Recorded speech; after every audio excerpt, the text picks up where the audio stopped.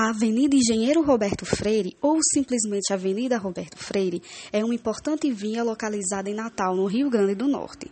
Ela começa em Capim Macio e termina na Vila de Ponta Negra. É considerada uma das principais avenidas da capital potiguar. Nela se concentram vários estabelecimentos comerciais, instituições de ensino superior e a maior parte dos hotéis que a gente conhece.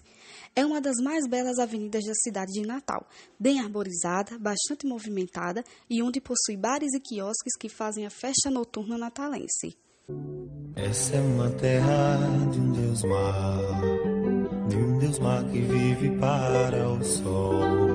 E esse sol está muito perto daqui. Vem e veja tanto quanto pode se curtir. Linda terra para mãe gentil. Belo cai o sol sobre esse rio. E esse rio também está perto daqui.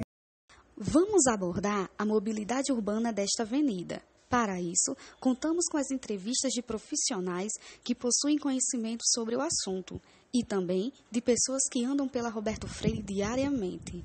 Conversamos um pouco com Tissandier Medeiros, que é motorista e passa sempre por essa avenida. Ele nos falou o quanto é movimentado e o difícil trajeto que enfrenta diariamente, tanto nas suas corridas com o ônibus, como também para chegar em casa. Maria Thelma é ASG e, pelo pouco que sabe sobre o projeto de mobilidade, afirma que traria muitos benefícios para a população, já que desafogaria um pouco o trânsito. Em entrevista, Robério Paulino, Marise Costa e Francisca Iglesias nos fala sobre seus pontos de vista e sobre o projeto de mobilidade urbana.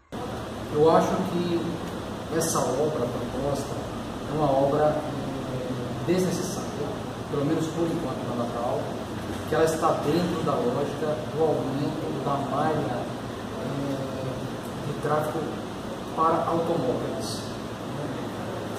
Se nós olharmos o que os países da Europa estão fazendo, os países mais desenvolvidos, que mais planejam o seu desenvolvimento, eles estão tratando exatamente de tirar os carros do centro das cidades e da área urbana, afastar cada vez mais, investir pesadamente em transporte coletivo e em ciclovias, exatamente para que se possa tirar os carros das ruas. As ruas não devem ser para os carros, as ruas deveriam ser para as pessoas. Porque eles querem ampliar, a Roberto Freire para que passem mais automóveis. Isso é uma visão já ultrapassada nos países mais desenvolvidos, por exemplo, que eu falei dos países da Europa.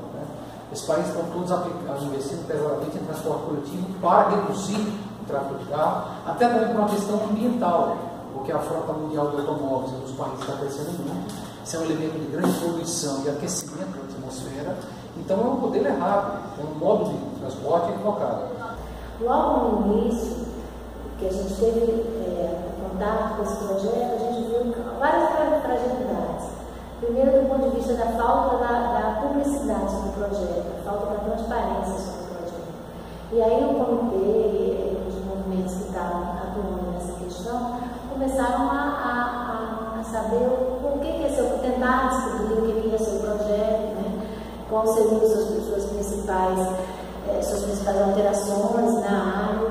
Enfim, a gente começou a ver que o projeto ia ser composto de várias vias expressas, que hoje são 6, ali na Roberto Freire ia passar para 12, e essa alteração dessas vias, inclusive uma série de questões de natureza técnica que iam de encontro, quer dizer, que estavam em contrariedade com toda uma política nacional de mobilidade. E além disso, tinha um grande problema, a desaplicação, a ocupação de uma extensa área do Parque das Dunas. Então, a gente pode dizer que é um projeto completamente inviável. A Roberto Freire, assim como outras grandes vias, precisam de adequações, precisam, mas não da forma como foi pensado. Por parte do governo estadual, a questão de entrar no Parque das Dunas com o pressuposto, que a Roberto Freire estaria numa situação crítica. Só que o seguinte, e aí qual seria a solução? A solução que eles deram seria aumentar essa as faixas de rodagem. Nós temos 3 de cada lado da via, né? Aumentaria para 6 de cada lado. Então, de 6 seriam 12 vias. Além de 12 vias, teria um túnel que começaria lá no Nordestão e terminaria aqui em frente ao Extra. Um túnel de mais ou menos 1,5 km. E mais 2 viadutos. Um viaduto em frente ao INP e outro viaduto no trevo da Via Costeira com a Roberto Freire. Essa foi a solução que eles deram. Porque na realidade a rodovia podia crescer para cá, foi isso que a gente propôs, sem que afetasse o Parque das Dunas, né? O que a gente coloca é o seguinte: Natal não tem uma política e nem um plano de mobilidade. Então como é que você vai fazer uma grande obra de mobilidade sem um plano e uma política discutida com a população? Como é que você vai fazer a gestão disso? A possibilidade de você errar é muito grande. Além disso, as cidades mais avançadas, que estão avançando nessa questão de qualidade de vida, o importante não é o transporte individual. Se nós hoje ficarmos ali na Roberto Freire e formos contar o número de automóveis com uma pessoa só, vai dar em torno de 90%. Então isso é o transporte individual, um custo muito alto para o país, mas desnecessário. E tem que mudar esse vetor político.